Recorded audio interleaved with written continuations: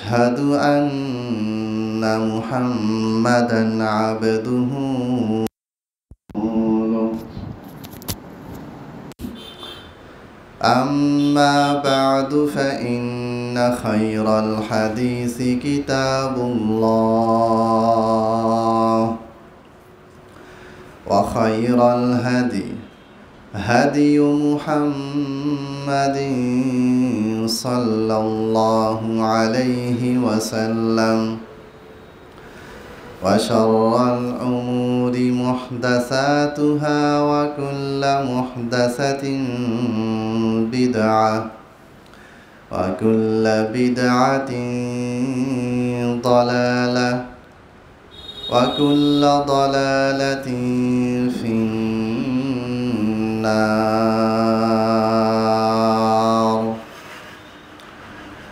أعوذ بالله من الشيطان الرجيم. بسم الله الرحمن الرحيم. يا أيها الذين آمنوا اتقوا الله حق تقاته ولا تموتن إلا وأنتم مسلمون. يا أيها الناس اتقوا ربكم الذي خلقكم من نفس واحدة وخلق منها زوجها وبث منهما رجالا كثيرا ونساء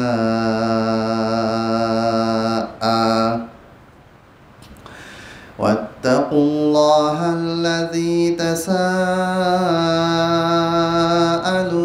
به والأرحام إن الله كان عليكم رقيبا.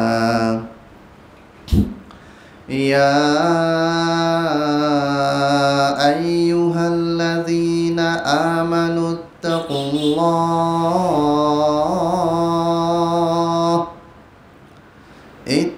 الله وقولوا قولا سديدا يصلح لكم أعمالكم ويغفر لكم ذنوبكم ومن يطع الله ورسوله فقد فاز فوزا عظيما. وقال النبي صلى الله عليه وسلم الحياء من الإيمان رواه البخاري. সমস্ত প্রশংসা মহান আল্লাহ রব্বুল আলামিনের জন্য। লাখো কোটি দরুদ ও সালাম বর্ষিত হোক সর্বশেষ নবী, সর্বশেষ রাসূল, সর্বশ্রেষ্ঠ মহামানব, সর্বশ্রেষ্ঠ মাখলুক বিশ্বনবী মুহাম্মদ সাল্লাল্লাহু আলাইহি ওয়াসাল্লামের উপর অসংখ্য অগণিত দরুদ ও সালাম বর্ষিত হোক। আল্লাহুম্মা সাল্লি আলাইহি আল্লাহুম্মা বারিক আলাইহি সাল্লাল্লাহু আলাইহি ওয়াসাল্লাম। সম্মানিত উপস্থিতি, আজকে আমরা দরসে হাদিসের নবমতম কিস্তি শুরু করতে যাচ্ছি। আজকের এই পর্বে যাওয়ার আগে একটি গুরুত্বপূর্ণ বিষয় নিয়ে আপনাদের সামনে কথা বলতে চাই। সেটা হচ্ছে গতকালকে মানে চলতি মাসের এই জুলাই মাসের 10 তারিখে বাংলাদেশ মাদ্রাসা বোর্ডের এবং স্কুল লেভেলের বাংলা ভার্সন ইংরেজি ভার্সন, ইংলিশ মিডিয়াম এবং মাদ্রাসা বোর্ড সবারই দাখিল পরীক্ষা, এসএসসি পরীক্ষার রেজাল্ট ঘোষিত হয়েছে। তো আমরা একটা জিনিস খেয়াল করেছি, সেটা হচ্ছে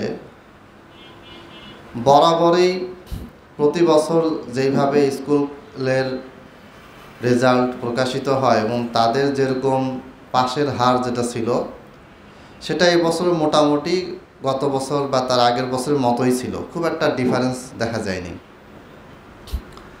কিন্তু মাদ্রাসার যেটা পাশের হার, সেটা গত বছর বা বিগত বছরগুলির চাইতে এবছর অনেক কম দেখা গিয়েছে।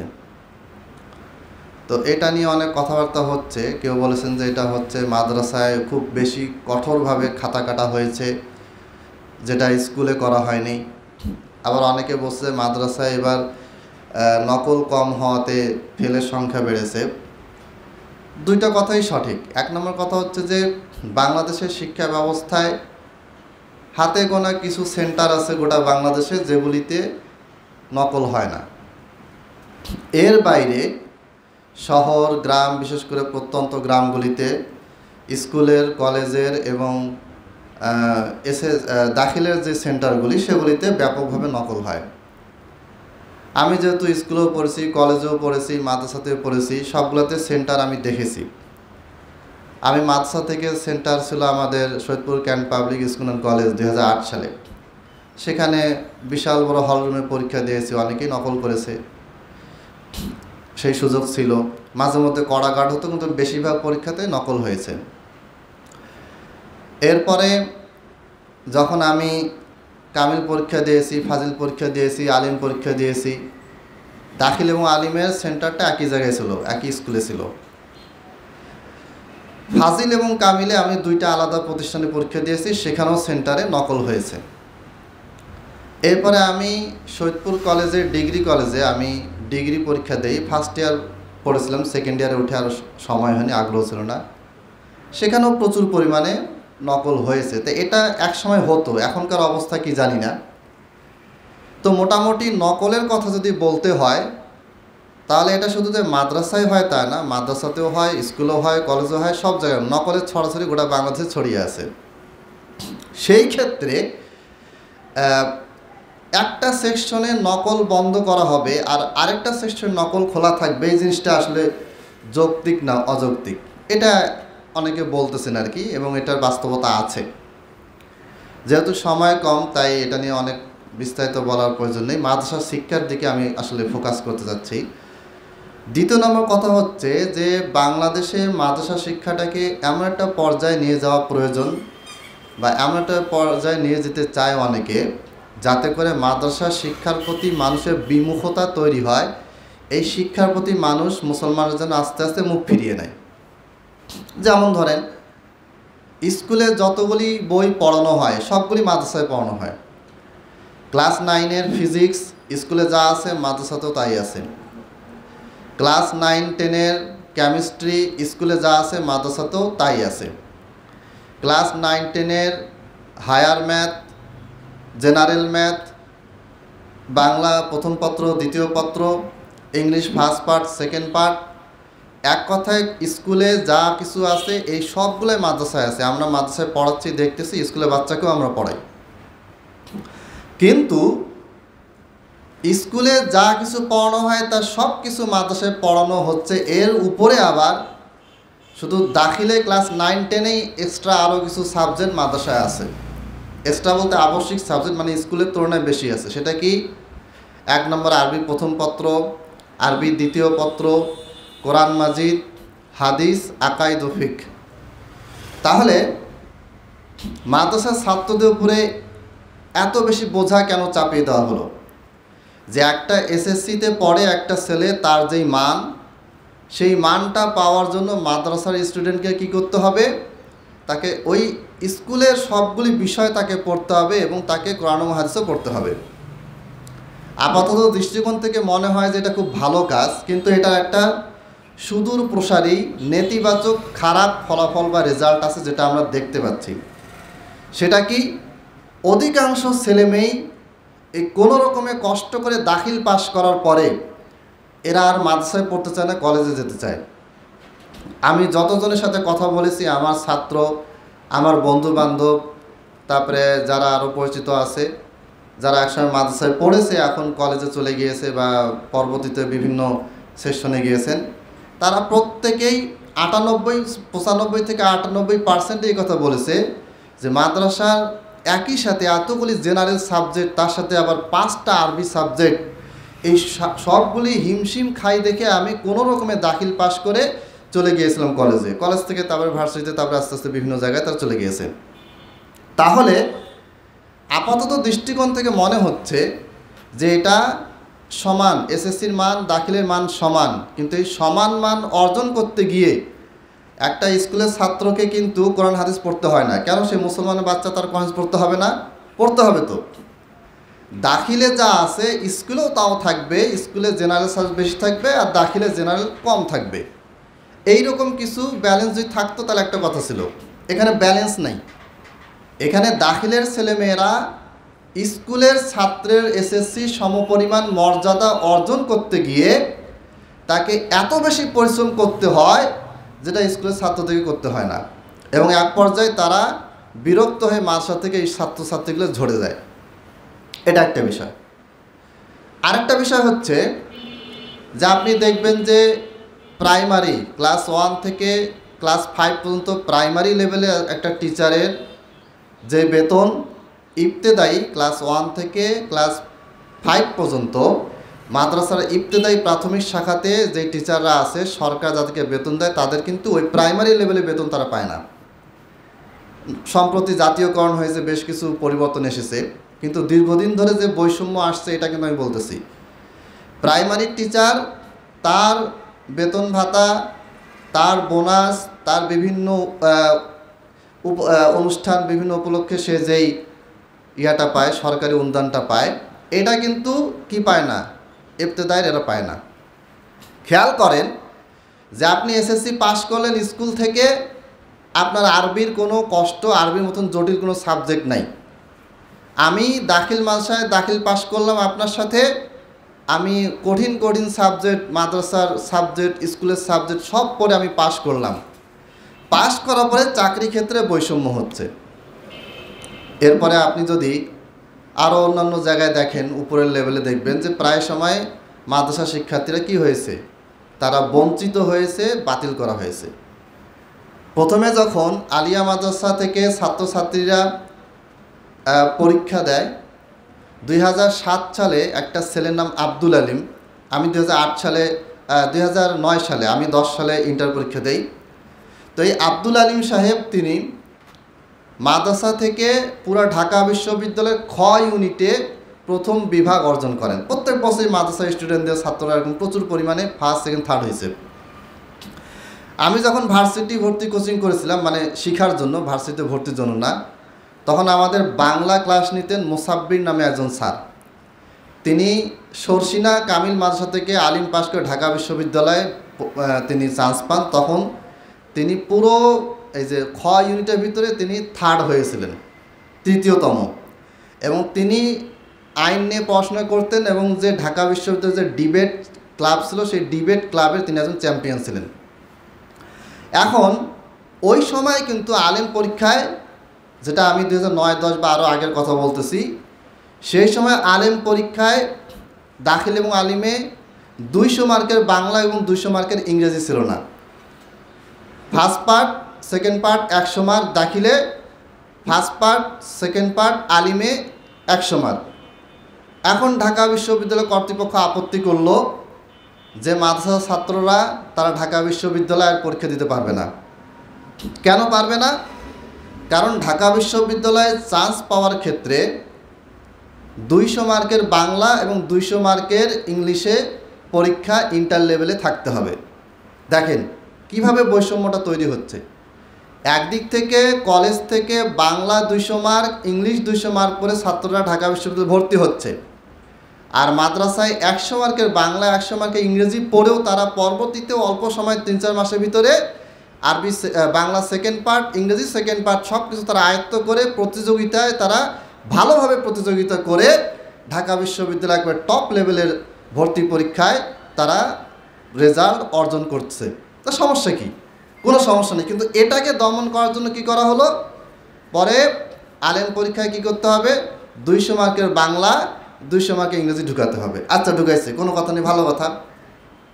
এরপরে তারপরে আবার কি করা হলো, ঢাকা বিশ্ববিদ্যালয়ের অন্যান্য ভার্সিটিগুলো করা হয়েছে, যেহেতু ঢাকা বিশ্ববিদ্যালয় সবচেয়ে বড় পাবলিক বিশ্ববিদ্যালয়। এরপর ঢাকা বিশ্ববিদ্যালয়ে কি করা হলো, বাংলা, দর্শন, ল, ইংরেজি বেশ কিছু সাবজেক্ট মাদ্রাসা ছাত্রের জন্য নিষিদ্ধ করা হলো, যে মাদ্রাসা ছাত্র এগুলোতে ভর্তি হইতে পারবে না। কেন পারবে না? কোনো যৌক্তিক কারণ নেই। সেই সময় অনেক আন্দোলন হলো, বিভিন্ন রকম হওয়ার পরে আস্তে আস্তে এটাকে আবার পুনরায় বৈধতা দেওয়া হয়। এই যে একটা অবস্থা, এই অবস্থাটা দিন দিন বেড়ে যাচ্ছে। একদিক থেকে মাদ্রাসার সিলেবাসটাকে, আলিয়া মাদ্রাসার সিলেবাসটাকে জেনারের সাথে তাল মিলিয়ে অনেক কঠিন করা হয়েছে, আর এর বিপরীতে এমনভাবে এটাকে বৈষম্য প্রতি পদে পদে রাখা হয়েছে যে যেন ছেলেমেয়েরা আস্তে আস্তে ঝরে যায় এবং ঝরে যাচ্ছেও। প্রচুর পরিমাণে আলিয়া মাদ্রাসার স্টুডেন্ট এরার পরে আলিয়ায় পড়ে নাই, চলে গেছে হলো স্কুল কলেজে। একটাই কারণ, ক্লাসে অনেক পড়া, আরবি, ইংরেজি, ফিজিক্স, কেমিস্ট্রি সব একসাথে। 2 নাম্বার, চাকরি ক্ষেত্রে বৈষম্য। এত ভেজাল কেন করার দরকার, কি করবো, আমি চলে যাই জেনারেলে, এবং সেটা জেনারেল চলে গেছে। কেউ যদি স্বেচ্ছায় মাদ্রাসা থেকে জেনারেল যায়, জেনারেল থেকে মাদ্রাসায় আসে, কোনো সমস্যা নেই, এটা তার স্বাধীনতা, সে চাইলে করতে পারে। কিন্তু যখন বিভিন্ন কারণ ঘটিয়ে বাচ্চাদেরকে আস্তে আস্তে বাধ্য করা হয়, তখন বুঝতে হবে এটা মাদ্রাসা শিক্ষা ধ্বংসের সুদূর প্রসারী একটা নীল নকশা, এবং এটা বাস্তবায়ন হচ্ছে এবং এটা হতে থাকবে। বাংলাদেশের মানুষ এই সম্পর্কে কিছুই জানে না, বোঝে না। অতএব এই যে রেজাল্ট, এটা নিয়ে আরও গবেষণা করতে হবে, আরও সময় গেলে বোঝা যাবে আসলে বিষয়টা কি। তবে আমি মনে করি যে বাংলাদেশের মানুষ, এরা 90% মুসলমান। আমরা দাবি করি আমরা মুসলমান। যদি আমরা মাদ্রাসাকে যদি আমরা ভালোবাসি, যদি আমরা মাদ্রাসা শিক্ষাকে যদি ভালোবাসি, আর আমাদের ঈমান যদি ঠিক থাকে, তাহলে যত বড় ঝড় আসুক, যতই বড় ঘূর্ণিঝড় আসুক, যত বড় বিদেশি পরাশক্তি আসুক না কেন, মাদ্রাসা শিক্ষাকে কখনোই কেউ ধ্বংস করতে পারবে না ইনশাল্লাহ। এই যেমন ধরেন, আমাদের দাওরা পাশ করলে মাস্টার্সের মান দেওয়া হবে, মান দিয়েছে ভালো, এই মান পেয়ে আমাদের হুজুররা খুবই খুশি, সরকার মাস্টার্সের মান দিছে। কিন্তু দাওরা পাস করে যারা মাস্টার্সের মান পেয়েছে, তারা কি সরকারি কোনো সেকশনে চাকরি করতে পেরেছে? পারে নাই। তাদেরকে আলাদা করে অনার্স মাস্টার্সের সার্টিফিকেট দিয়েই তাদেরকে বিসিএসে পরীক্ষা দেওয়া লাগছে, নিবন্ধন, তারপরে রেলওয়ে, বিভিন্ন যেগুলো সেকশন আছে, প্রশাসনিক যেগুলি কাজ আছে, এগুলিতে তাদেরকে অনার্স মাস্টার্সের সার্টিফিকেট দাখিল করেই তাদেরকে পরীক্ষা দেওয়া লাগছে। অর্থাৎ শুধু মাস্টার্সের মান বলা হচ্ছে যে তুমি দাওরা পাস করছো, ঢাকা বিভাগ থেকে তুমি দাওরা পাস করছো, তুমি মাস্টার্সের মান পেয়ে গেছো। মাস্টার্সের মান পাওয়ার পরে এই মাস্টার্সের সার্টিফিকেট দিয়ে কি তারা সরকারি বেসরকারি অন্যান্য চাকরিগুলি পেয়েছে? পায় নাই। জাস্ট বুঝ দেওয়া হলো, হুজুরদেরকে বুঝ দেওয়া হলো, হুজুরদের একটা বড় গ্রুপ মহা খুশি, অথচ এটা হচ্ছে জাস্ট আপনাকে আমাকে দমিয়ে রাখা। আবার একদল সুশীল ইসলাম বিদ্বেষী এরা বলতেছে যে মাস্টার্সের মান দেওয়া হলো, কি পড়ায় দাওরা হাদিসে? দাওরা হাদিসে বুখারি পড়ায়, মুসলিম পড়ায়, তিরমিজি পড়ায়, আবু দাউদ পড়ায়, এগুলো পড়ে কী লাভ? এগুলো পড়ে কেন সে মাস্টার্স করবে? সে তো ইংলিশ পারে না, সে তো ম্যাথ পারে না, কেন তাকে মাস্টার্সের মান দেওয়া হলো? অথচ বাংলাদেশেরই একজন সেকুলার, ওদেরই একজন লোক এটা উত্তর দিয়েছে যে আসলে না, এই মাস্টার্সের মান দেওয়াটা ঠিক আছে, কারণ ঢাকা বিশ্ববিদ্যালয়ে একটা ছেলে ইসলামিক স্টাডিজ পড়ে, সে কিন্তু বুখারি মুসলিমের ওই হাদিসগুলাই পড়ে। বরং ঢাকা বিশ্ববিদ্যালয়ে বুখারি মুসলিমের হাদিস ইসলামিক স্টাডিজে বাংলা মিডিয়ামে পড়ে এবং সামান্য কিছু হাদিস পড়ানো হয়। আর কওমি মাদ্রাসায় এই বুখারি মুসলিম তিরমিজি আবু দাউদ নাসাই ইবনে মাজাহ বুলুগুল মারাম রিয়াদুস সালিহিন মেশকাত এরপরে মুয়াত্তা মালিক তাহাবি এই রকম কিতাবগুলিকে পরিপূর্ণভাবে ছাত্রদেরকে পড়ে শেষ করানো হয়। অতএব এটা তো আরও বেশি মাস্টার্সে মান পাওয়ার যোগ্যতা না। আর মাস্টার্সে মান পাওয়ার জন্য ইংলিশে দক্ষ হতে হবে, তাহলে যারা ইসলামী ইতিহাস নিয়ে মাস্টার্স করেছে এরা কি সবাই ইংলিশে দক্ষ? যারা ম্যাথ নিয়ে মাস্টার্স পাস করেছে এরা সবাই কি ইংলিশে দক্ষ? আমি যেই বিষয়ে দক্ষ সেই বিষয়ে আমাকে মান দেওয়া হচ্ছে, আমাকে হাবিজাবি সব বিষয়ে কেন দক্ষ হতে হবে? তাহলে এইখানে আমাদের একটা সুদূর প্রসারী ষড়যন্ত্র কাজ করছে, করবে। সব ষড়যন্ত্র বাতিল হয়ে যাবে যদি আপনি আমরা যারা সাধারণ মুসলমান আছি, আমরা যদি কোরআনকে ভালোবাসি, হাদিসকে ভালোবাসি, ইসলামী শিক্ষাকে যদি আমরা ভালোবাসি, আমরা যদি আমাদের ঈমান ঠিক রাখি, রাসূলের প্রতি ঈমান, আল্লাহর প্রতি ঈমান, আমাদের ঈমান আকীদা সব কিছু যদি ঠিক থাকে, তাহলে যত বড়ই ষড়যন্ত্র হোক না কেন, মাদ্রাসা শিক্ষা, কোরআনের শিক্ষা, হাদিসের শিক্ষা, এটা আমরা কি করতে পারবো? ধরে রাখতে পারবো। আর যদি আমরা তাদের ফাঁদে পা দেই, দুনিয়াবি লোভ লালসার সাথে আমরা যদি দুনিয়ার সাথে যদি দুনিয়াবি শিক্ষার সাথে মাদ্রাসা শিক্ষাকে মিলানোর পরে যদি মাদ্রাসা শিক্ষাকে যদি আমাদের নিচু মনে হয় যে না সরকার মূল্য কম দিচ্ছে, চাকরি বাকরিতে মূল্য কম পাচ্ছি না, তাহলে আমি এখান থেকে চলে যাই, জেনারেল চলে যাই, তাহলে এই রকম মুসলমানকে দিয়ে মাদ্রাসা শিক্ষা হেফাজত করা সম্ভব হবে না। অতএব চতুর্মুখী ষড়যন্ত্রের ভিতর দিয়ে আমরা যাচ্ছি। শুধু বাংলাদেশ না, গোটা বিশ্বের সমস্ত দেশগুলিতে আমরা চতুর্মুখী শিক্ষা খাত ধ্বংস করে দেওয়া হয়েছে। ইসলামী শিক্ষা নাই। একটা ছেলে 1 থেকে PhD পর্যন্ত করে, 30-35 বছর বয়স হয়ে গেছে, মুসলমানের বাচ্চা, সে তার বাবার জানাজার নামাজটা পড়তে পারে না। হার্ভার্ডের টিচার, ঢাকা বিশ্ববিদ্যালয় মেডিকেল কলেজের কার্ডিয়াক বিভাগের প্রধান, তার বাবা মারা গেছে, বাবাকে হুজুর ডাকে আনে, সে নামাজ পড়িয়েছে, দোয়া করেছে, সে নিজেও দোয়া করতে পারে নাই, নামাজও পড়তে পারে নাই। ঢাকা মেডিকেল কলেজের একটা বিভাগের প্রধান, তিনি জানাজা পড়াতে পারে না, তার অজু করারও জ্ঞান আছে কিনা সন্দেহ আছে আমার। এরা কিভাবে তৈরি হয়েছে? এই বিকলাঙ্গ মুসলমান কিভাবে তৈরি হয়েছে? আমাদের ডাক্তারের দরকার আছে, ইঞ্জিনিয়ারের দরকার আছে, কিন্তু আমরা ওই রকম ডাক্তার হতে চাই না যে আমার ঈমান আকীদাই আমি জানতে পারবো না। সৌদি আরবের শাইখ বিন বাজ রাহিমাহুল্লাহ যখন প্রধান জ্ঞান মুফতি ছিলেন, তিনি বলেছেন যে প্রত্যেকটা সেকশনে যে মেডিকেল পড়বে তাকেও মেডিকেলের সাথে আকীদার বই পড়তে হবে, যেন তারা ঈমান আকীদা ঠিক থাকে। কারণ মেডিকেল পড়তে গিয়ে আপনার ঈমান নষ্ট হয়ে যাবে, এটা তো করা যাবে না। ক্লাস 1 থেকে ইন্টার পর্যন্ত জেনারেল, কোরআন, হাদিস, আকীদা সব কিছু সেখানে আছে। একবার আমার একজন ওস্তাদ মদিনা বিশ্ববিদ্যালয়ে যখন ছাত্র ছিলেন, তিনি একদিন আমাদেরকে ক্লাসে বললেন যে আমি একটা মসজিদে জুমার সালাত পড়তে গেলাম, জুমার সালাতের টাইম হয়ে গিয়েছে কিন্তু খতিব আসে নাই। তো আমার ওস্তাদ উনি বলছেন যে আমি দেখতেছি যে আসলে কে পড়াবে, আর উনি মসজিদে মাঝে মধ্যে নামাজ পান, খতিবকে উনি চেনেন, তো উনি দেখলেন যে মসজিদে খতিব নাই, মানে খতিব এখনও আসেন নাই। তখন একজন ট্রাফিক পুলিশ, তিনি মসজিদে ঢুকলেন, 2 রাকাত সুন্নাত পড়লেন, এরপরে মেম্বারে দাঁড়িয়ে তিনি খুতবা দিলেন, এবং খুতবা দিয়ে তিনি সুন্দরভাবে বিশুদ্ধভাবে তেলাওয়াতকে পুরো নামাজটা পড়ে দিলেন। কে? একজন ট্রাফিক পুলিশ। কিভাবে সম্ভব? এটা কি বাংলাদেশে কল্পনাও করা যাবে?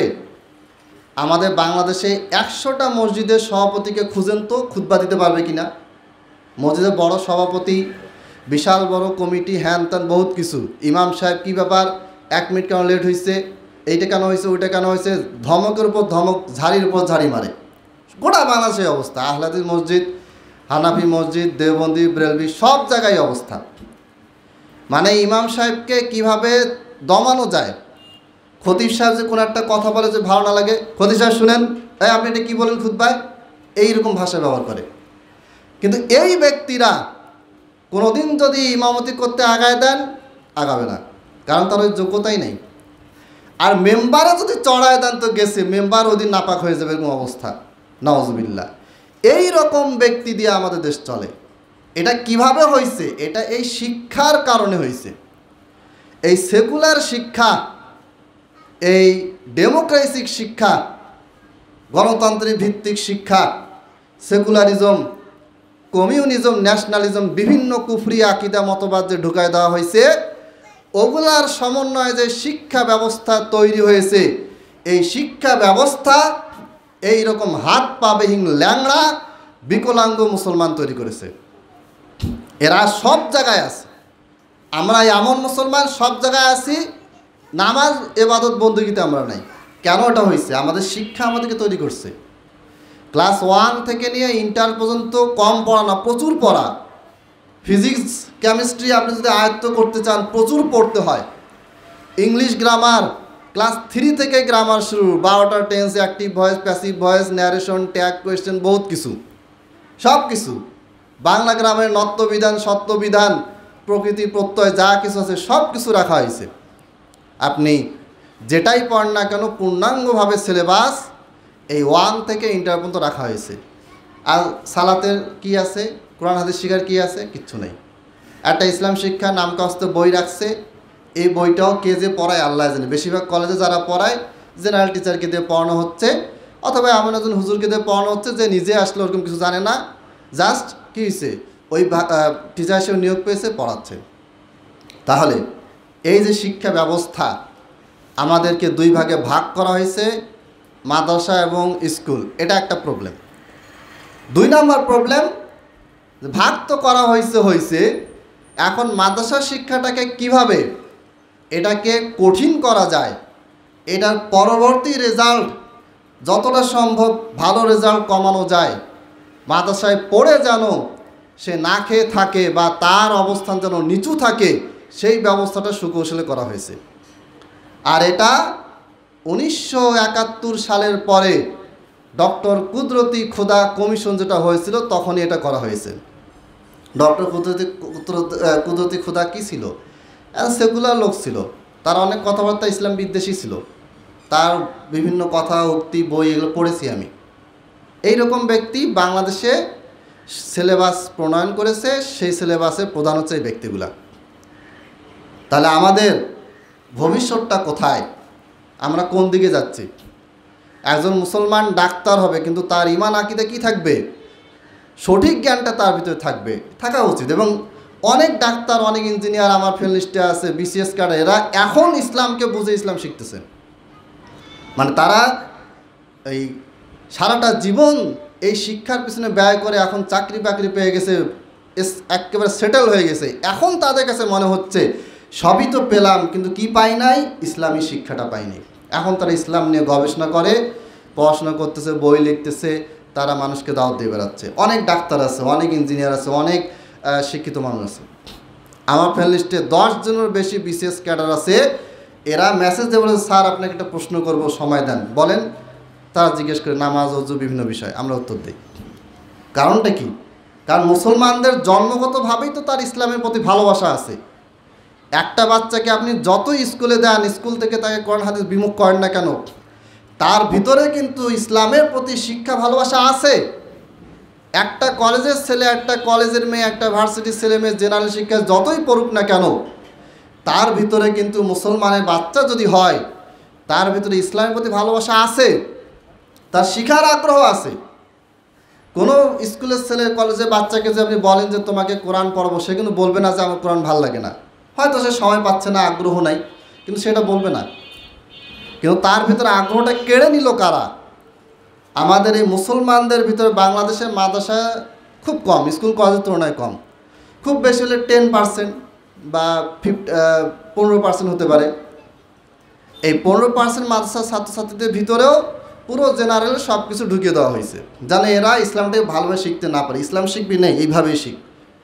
আর এর বাইরে যারা স্কুল কলেজে পড়তেছে তাদের ইসলামের সাথে কোনো সম্পর্কই রাখা হচ্ছে না, সরকারি সিলেবাসের মাধ্যমে। পার্সোনালি কেউ যদি বাবা মা তাদের বাচ্চাকে নামাজ শেখাচ্ছে, দোয়া দরুদ শেখাচ্ছে, এটা ভিন্ন কথা। অতএব এই বিষয়গুলি আমাদের মাথায় রাখতে হবে। আল্লাহ তাআলা আমাদেরকে বোঝার তৌফিক দান করুন, আমিন। এবং একটা দেশ কখনো মুখে মুখে বললে ইসলামিক হয়ে যায় না। ক্ষমতার জন্য লড়াই করলাম, ভোট চাইলাম, ভোট পাইলাম, ক্ষমতায় গেলাম, ইসলামী দল, বাস ইসলাম প্রতিষ্ঠা হয়ে গেছে, টোটালে ভুয়া কথা, এবং অবাস্তব কথাবার্তা, জীবনেও হবে না। শিক্ষা ব্যবস্থা পরিবর্তন হয় নাই, এই পরিবর্তন আন্দোলনও হয় নাই, শুধু অর্থনৈতিক পরিবর্তন হয় নাই, আন্দোলনও হয় নাই। বাংলাদেশের সংবিধানে এমন এমন কুফরি কথাবার্তা আছে যেগুলোকে জনগণ সকল সার্বভৌমত্বের কি সব কিছুর ক্ষমতা জনগণের হাতে। আমরা বলি আল্লাহর হাতে, এখানে বলা হচ্ছে জনগণের হাতে। এটার বিরুদ্ধে তো আন্দোলন হয়নি, এগুলোর বিরুদ্ধে আন্দোলন নাই। আমাকে ভোট দাও, আমি ইসলামী দল ক্ষমতা যাই, সব ঠিক করে দেবো, হবে না। জীবন ঠিক হবে না। আপনি পুকুরে নেমে আপনি ডাঙ্গায় ছিপ ফেলে বলবেন যে মাছ ধরবো, জীবনও মাছ ধরতে পারবেন না। সম্মানিত উপস্থিতি, যারা পরে এসেছেন অনেক কথাই হয়তো খেয়াল করেন নাই। সহজ কথা হচ্ছে যে মাদ্রাসা শিক্ষা ব্যবস্থাকে ধ্বংস করার নীল নকশা প্ল্যান প্রোগ্রাম করা হয়েছে অনেক আগেই। সেই অনুযায়ী আমরা আগাচ্ছি এবং আমাদের সন্তানেরা চিন্তা করেন, আপনি একজন মুসলমান, আপনার ভিতরে আল্লাহর প্রতি ভালোবাসা আছে। আপনি দেখেন আজ থেকে 30-40 বছর আগে, বিশেষ করে স্বাধীনতার আগে 1971-এর আগে যেই সমস্ত মুরব্বীরা স্কুলে পড়ছেন তারা অনেক দোয়া দরুদ সূরা আয়াত তাদের মুখস্থ আছে। কিন্তু এখনকার মুসলমানদের ভিতরে যারা আমরা জেনারেল পড়তেছি তাদের এগুলি কোনো কিছুই জানা নেই। কারণ একসময় স্কুলের সিলেবাসও ইসলামিক অনেক কিছু ছিল, এগুলোকে আস্তে আস্তে একদিনে বাদ দেওয়া হয়নি। একদিনে বাদ দিলে তো সবাই আন্দোলন করবে, মানুষ মানবে না।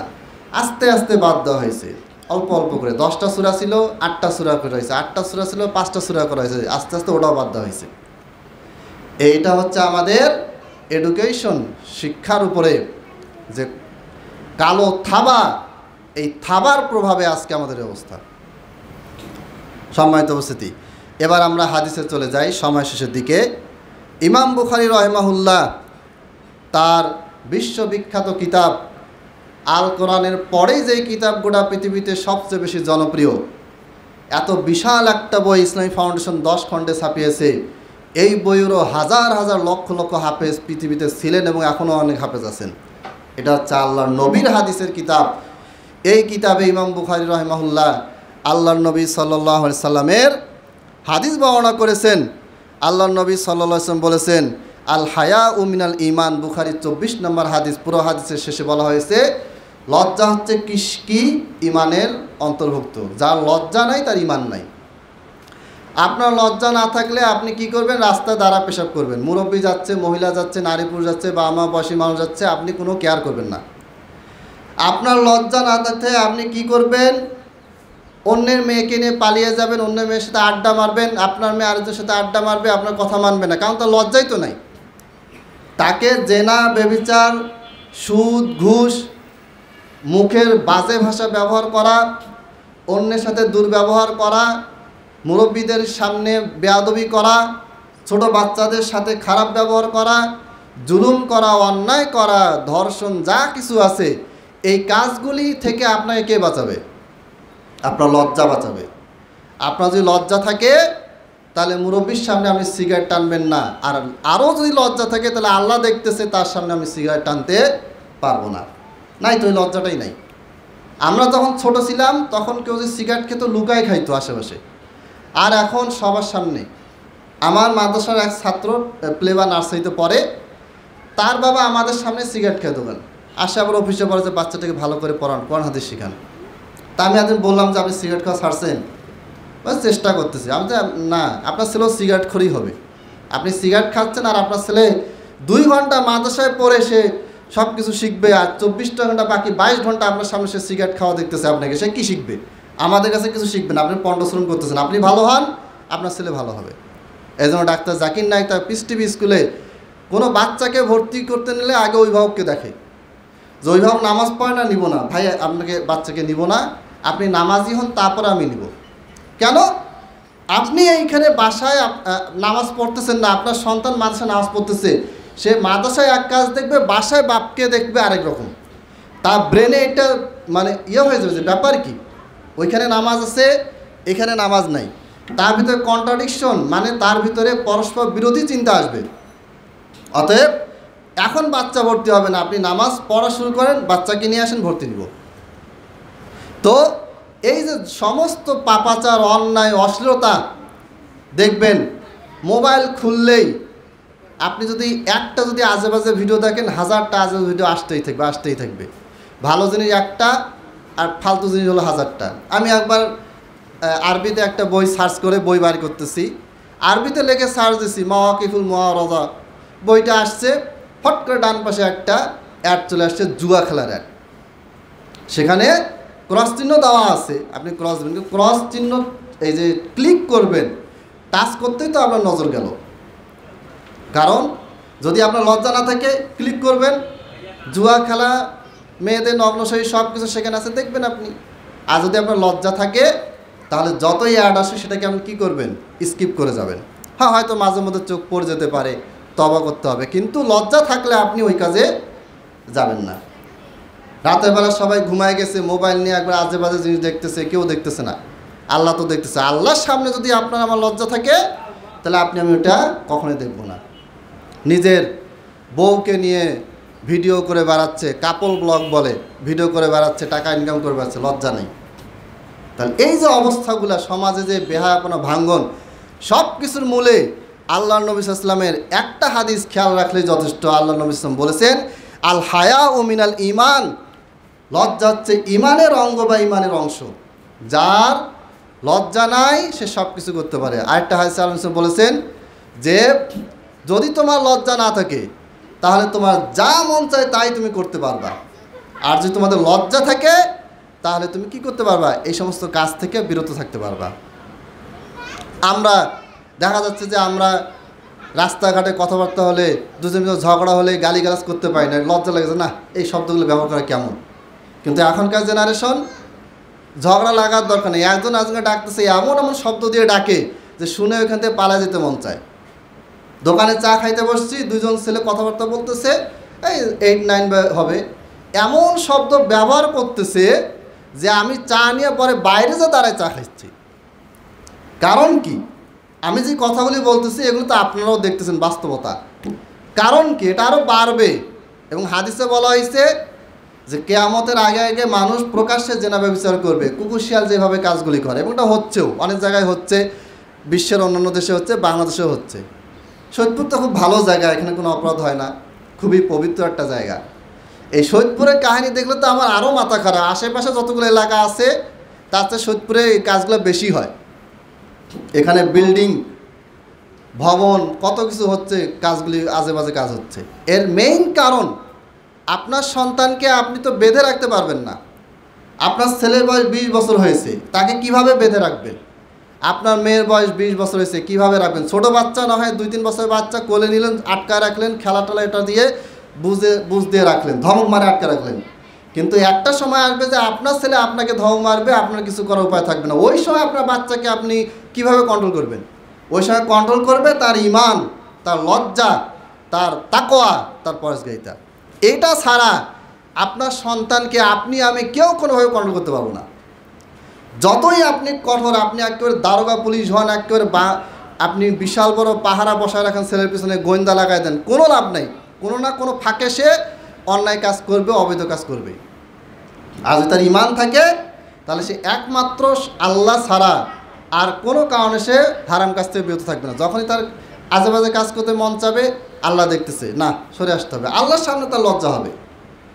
এই লজ্জাটা যখন আপনার আমার ভিতরে থাকবে, আপনার আমার সন্তানের ভিতরে থাকবে, তখনই আপনার আমার সন্তান ভালো থাকবে, আপনি আমি ভালো থাকবো। মা সে মানে হুজুরের সামনে কান্নাকাটি, হুজুর আমার বাচ্চাটা এই করছে, সেই করছে, সে এটা করতেছে, ওটা করতেছে, অমুক দিন অমুক মেয়েকের হাত ধরে পার্কে ঘুরে বেড়াচ্ছে, আমার তো লজ্জায় মান সম্মান শেষ। ওর মান সম্মান সে এটা সে ভাবতেছে, মানে এতদিন সে খেয়াল করেনি, এতদিন ছেলেকে ছেড়ে দিছে, সহশিক্ষাতে ঘুরে বেড়াচ্ছে, একসাথে প্রাইভেট পড়ছে, একসাথে ক্লাস করতেছে, কোনো সমস্যা নেই। কিন্তু যখন হাত ধরে ঘোরাঘুরি করছে, এলাকাবাসীর লোক কথা বলা শুরু করছে যে তোর ছেলেকে অমুক মেয়ের সাথে দেখলাম, লজ্জা লাগতেছে, এখন সে এটাকে নিয়ে কথা বলতেছে। অথচ তার যে আগেই যে লজ্জা থাকতো যে ওইরকম পরিবেশে ছেলেকে পাঠাবো না, আর তার ছেলেরও যদি লজ্জা থাকতো, সে যদি শিক্ষা দিত ওইরকম পরিবেশে আমি যাব না, তাহলে কিন্তু এত কিছু হইতো না। লাস্টের মুহূর্তে আসে কান্নাকাটি যে আমার মেয়েটা মুখে চুন কালি দিয়ে পালিয়ে গেল বাসা থেকে, আরেকজন ছেলে হাত ধরে চলে গেছে। আরে বাবা, ওই পরিস্থিতি তো তুমি সৃষ্টি করেছো। শুরু থেকে তোমার মেয়েকে তুমি কোন পরিবেশে রাখছো? রাত 8টার সময় 7টার সময় মেয়ে প্রাইভেট পড়তে যায়, কেন? সে একা প্রাইভেট পড়তে যাবে কেন? টিচারের কাছে কেন প্রাইভেট পড়বে? বাসে ম্যাডামের অভাব নেই, টিচারের কাছে প্রাইভেট পড়তে দিচ্ছে। ক্লাস 6-এর মেয়ে আমার কাছে একজন মেসেজ করছে, অনেক আগের কথা বলছে, সে কোচিং করায় ক্লাস 6-এর মেয়ের সাথে তার সম্পর্ক হয়েছে। এখন সে তওবা করছে, বিবাহিত, সে অনেক আগের কথা, 8-10 বছর আগের কথা। 8-10 বছর আগে সে ক্লাস 6-এ তার ছাত্রীর সাথে তার অবৈধ রিলেশন ছিল, তাহলে বোঝেন কী অবস্থা। এখন তো আরও বেশি। যাক, তার ভিতরে পরিবর্তন আসছে, তওবা করছে, আমাকে জিজ্ঞেস করছে এটা তওবা কবুল হবে কিনা। আমি অবশ্যই কবুল হবে। তো এই যে অবস্থাগুলা, নবী সাল্লাল্লাহু আলাইহি ওয়াসাল্লামের একটা হাদিস সব কিছু বলে দিচ্ছে। তোমার লজ্জা নাই, তোমার দ্বারা সমস্ত আকাম কুকাম করা সম্ভব। তোমার লজ্জা আছে, নিজেকে হেফাজত করা সম্ভব। আপনি যতই তাকে প্রেশার দেন না কেন, কোনো লাভ নাই যদি তার লজ্জা না থাকে। আর আপনি নিজেই যদি নির্লজ্জ হন, তাহলে আপনার সন্তান আপনার 10 গুণ বেশি নির্লজ্জ হবে। আপনি যদি ভালো হন, আপনার সন্তান আপনার চেয়ে বেশি ভালো হবে, এটা গ্যারান্টি খুব কম। হয়তো আপনার অর্ধেক ভালো হবে, 25% ভালো হবে, 10% ভালো হবে, বাবার কাছ থেকে এতটুকু ভালো সে নিতে পারে। কিন্তু আপনি যদি সিগারেটখোর হন, আপনার সন্তান ইয়াবাখোর হবে, গাঁজাখোর হবে, আরও বেশি হবে, এটার গ্যারান্টি বেশি এই সমাজে। কারণ শয়তান সবসময় আপনার শয়তানি একটা কাজকে আপনার সন্তানের কাছে আরও বিশাল বড় করে দেখাবে এবং আপনার সন্তান আরও বেশি। আমার বাবা তো সিগারেট খায়, আমিও সিগারেট খাবো। আমার বাবা সিগারেট খায়, খাক, সমস্যা নেই, আমি এখন মদ খাবো। ও আগায় যাবে, আরও ও অ্যাডভান্স হবে। আপনি ছিলেন এতটুকু, আপনার ছেলে হবে এত বড়। কিন্তু ভালো কাজের ক্ষেত্রে উল্টা। আপনি কোরআন পড়বেন, আপনার ছেলে কোরআন পড়তে মন চাবে না। নামাজ পড়ায়, আপনি কোরআন পড়েন, নামাজ পড়েন, আপনার ছেলে নামাজটা ধরবে, কোরআনটা পড়বে না। কারণ শয়তান সবসময় সন্তানকে কি করে, বাবার ভালো কাজগুলি, মায়ের ভালো কাজগুলি থেকে সন্তানের মুখকে ফেরত ঘুরায় নেয়। বাবা মায়ের ভিতরে মন্দ কিছু আছে না, ওইটা তার কানে সবসময় সে পুশ করে। শয়তানের কাজই হচ্ছে ফাযায়্যানা লাহুমুশ শাইতানু আমালাহুম। শয়তান সবসময় তাদের কাজগুলিকে তাদের সামনে সুন্দরভাবে উপস্থাপন করে। কি সুন্দরভাবে উপস্থাপন করে তার একটা উদাহরণ দিলাম, যে সন্তান বাবাকে দেখে শিখছে সিগারেট খাওয়া, সে এখন ইয়াবা গাঁজা খাওয়ার আরও বেশি শিখে। সে এটাকে যৌক্তিক মনে করে, সেটাকে খারাপ মনে করে না। তারপরে এই একজন অনলাইনে বলতেছে যে গাঁজা খাওয়া যে হারাম, তাহলে আল্লাহ তাআলা গাঁজার গাছ কেন তৈরি করছে? এটাকে সিদ্ধির গাছ বলতে হবে, কিসের গাঁজা? তো আল্লাহ তাআলা তো ময়লা আবর্জনা তৈরি করছে, গোবরও তৈরি করছে, ওটাই খেতে হবে নাকি? আল্লাহ যা তৈরি করছে সবই কি খাওয়ার জন্য নাকি? বিভিন্ন জিনিসকে বিভিন্ন কাজে তৈরি করছে, কি যুক্তি! এবং সেই যুক্তির উপর অটল। এগুলো হচ্ছে ওই যে বিভিন্ন বাউল ফকির আছে, এরাই যুক্তিগুলি দেখায়। ওদের বইতেও আছে, তাদের এত আছে। আমি কুষ্টিয়ায় গেছিলাম, কুমারখালী, সেউড়ি, যেখানে এই কি লালন ফকিরের মেইন আখড়া, এদের এই সমস্ত কথাবার্তা। এরা গাঁজা খাবে এবং গাঁজা খাওয়াটাকে ইবাদত মনে করে। গাঁজা না খেলে কেউ কি সাধন করতে পারবে না। অনেক আজে বাজে কথাবার্তা তাদের বইতে লেখা আছে, এগুলো বলা খুতবায় বলা সম্ভব না।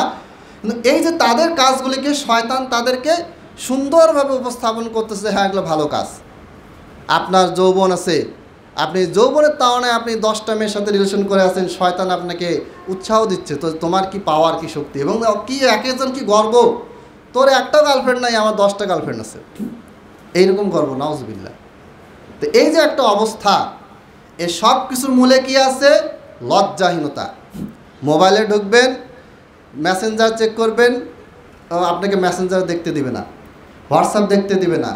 টেলিগ্রামে এখন অসংখ্য এমন এমন গ্রুপ তৈরি হয়েছে যে গ্রুপগুলিতে কি হয় বা আমার কিচ্ছু জানে না। বা আমার ছেলেকে কি দিছে? মোবাইল। কেন দিছে? ছেলেটা পড়াশোনা করছে, এসএসসিতে গোল্ডেন পাইছে, খুশি হয়ে মোবাইল দিলাম। মানে ছেলে করছে ভালো রেজাল্ট, বাপ খুশি হয়ে তাই এগুলো যে বিষ খা, বিষের সাথে খারাপ জিনিস কিনে দিল। এই মোবাইলটা আগে মানুষ সিনেমায় গিয়ে দেখতো, সিনেমা হলে নর্মালি আগেকার মুভিগুলোও খারাপ তো ছিল, গান বাজনা, কিন্তু এতটাও খারাপ ছিল না। যদি কোনো ছেলে সিনেমা হলে গেছে আমাদের সময়, পুরো এলাকায় রটা যেত, ও সিনেমা হলে গেছে, খুবই খারাপ ছেলে, এইরকম একটা চিন্তা ভাবনা ছিল। এখন হচ্ছে হাজারো লক্ষ কোটি গুণ বাজে সিনেমা আমাদের মোবাইলে, আমাদের পকেটে ঘুরে বেড়াচ্ছে। বাপ মা বলে তো ছেলে তো ভালোই আছে, মেয়ে তো ভালোই আছে, কিন্তু না, বাপ মা নিজেই ছেলে মেয়েকে গোটা পৃথিবীর সমস্ত সব কিছু, পর্নোগ্রাফি বলেন, বলিউড, হলিউড, যা কিছু আছে সব কিছু ছেলের হাতে তুলে দিছে। কেন? ছেলে ভালো এসএসসি রেজাল্ট করছে। বাপ মা বুঝলো না যে আমি আমার ছেলেটাকে আরও ধ্বংসের দিকে নিয়ে গেলাম। গোটা পৃথিবীতে এই অবস্থা, অমুসলিমদের ভিতরে যেই কালচার, এগুলি মুসলমানদের ভিতরে ঢুকে গেছে। নবী সাল্লাল্লাহু আলাইহি ওয়াসাল্লামের একটা হাদিস, আমি যে হাদিস নিয়ে আরও উদাহরণ দেই, আমার মনে হয় 3-4টা খুতবা শেষ হবে, কিন্তু এই হাদিসের ব্যাখ্যা শেষ হবে না।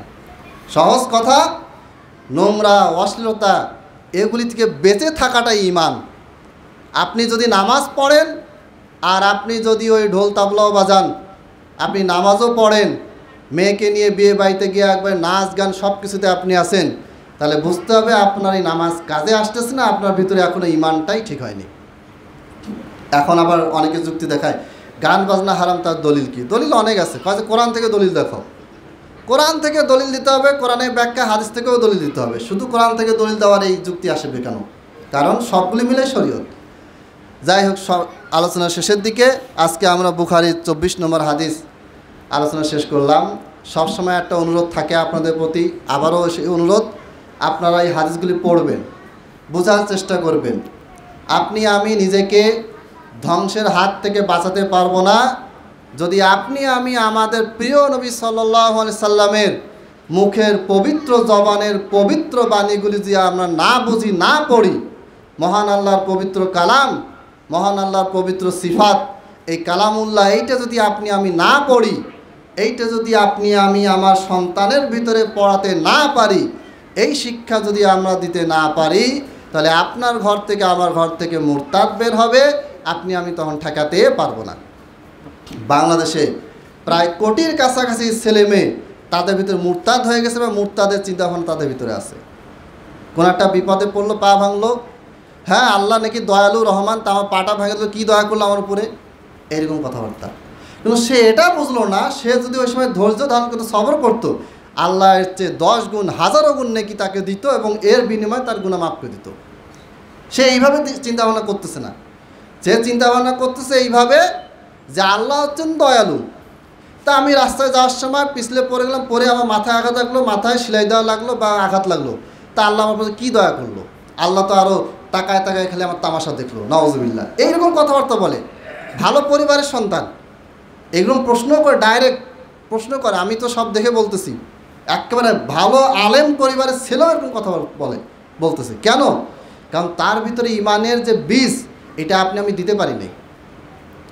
আল্লাহ তাআলা কি করেন, কেন করেন, কিভাবে করেন, এই জ্ঞানটা আমরা তো তাকে দিতে পারি নাই। এখন ডাক্তার ইনজেকশন দেয়, ডাক্তার হাত কেটে ফেললো, কেন কেটে ফেললো, এইটার ব্যাখ্যা যদি আপনি আপনার সন্তানকে বুঝায় দেন, তাহলে সে বুঝবে যে না, ডাক্তার ভালো জন্য কাজটা করেছে। কিন্তু আপনি উল্টা যদি শিখান বা নাই শিখান, তাহলে তো এই ছেলে ডাক্তারকে গালিগালাজ করবে যে আমাকে ইনজেকশন দেয়, ডাক্তার খারাপ। কিন্তু সেই ইনজেকশন কেন দিছে? আপনার ভিতরের জীবাণু মারার জন্য, আপনার উপকারের জন্য। আপনার হাত কেটে ফেলছে, গ্যাংগ্রিন হয়ে গেছে, যে এটা আস্তে আস্তে আরও বেশি যাইতো, এই জন্য কেটে ফেলছে। তো এই যে নেগেটিভের ভিতরে পজিটিভ আছে, যেটাকে আমরা নেগেটিভ মনে করতেছি, কিন্তু ওর ভিতরে কি পজিটিভ আছে, এই জিনিসগুলো আমরা যদি আমাদের সন্তানকে না শিখাই, আমরা যদি সঠিক ইমানটা যদি না শিখাই, আপনার আমার ঘর থেকে ভাঙ্গন যেটা তৈরি হয়েছে, সৃষ্টি হয়েছে, এটা তো থামতেছে না, আরও বাড়তেছে। প্রত্যেকটা এলাকায় যান, ভদ্র ছেলে মেয়ে খুঁজে পাবেন না। ফোনে কথাবার্তা বলতেছে, আজে বাজে কথাবার্তা বলাটাই এখন হচ্ছে একটা ফ্যাশন। এমন এমন শব্দ বলে যে শব্দগুলো বাপ মা নিজেও কী করে, শুনে লজ্জা পায় যে আমার ছেলেগুলো কী বলতেছে। তো এটা কেন হচ্ছে? আপনার আমার উদাসীনতার জন্য হচ্ছে। আল্লাহ তাআলা আমাদেরকে বোঝার তৌফিক দান করুন। ওয়া আখিরু দাওয়ানা আনিল হামদুলিল্লাহি রাব্বিল আলামিন।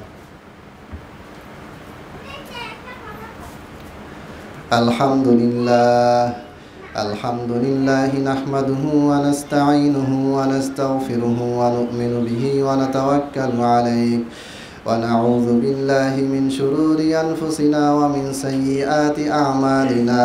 من يهده الله فلا مضل له ومن يضلل فلا هادي له وأشهد أن لا إله إلا الله وحده لا شريك له وأشهد أن محمدا عبده ورسوله. اللهم صل على محمد وعلى آل محمد كما صليت على إبراهيم وعلى آل إبراهيم إنك حميد مجيد. اللهم بارك على محمد وعلى آل محمد كما باركت على إبراهيم وعلى آل إبراهيم إنك حميد مجيد. ربنا آتنا في الدنيا حسنة وفي الآخرة حسنة وقنا عذاب النار. ربنا ظلمنا أنفسنا وإن لم تغفر لنا وترحمنا لنكونن من الخاسرين. عباد الله رحمكم الله، إن الله يأمر بالعدل والإحسان وإيتاء ذي القربى وينهى عن الفحشاء والمنكر والبغي يعظكم لعلكم تذكرون فاذكروني أذكركم واشكروا لي ولا تكفرون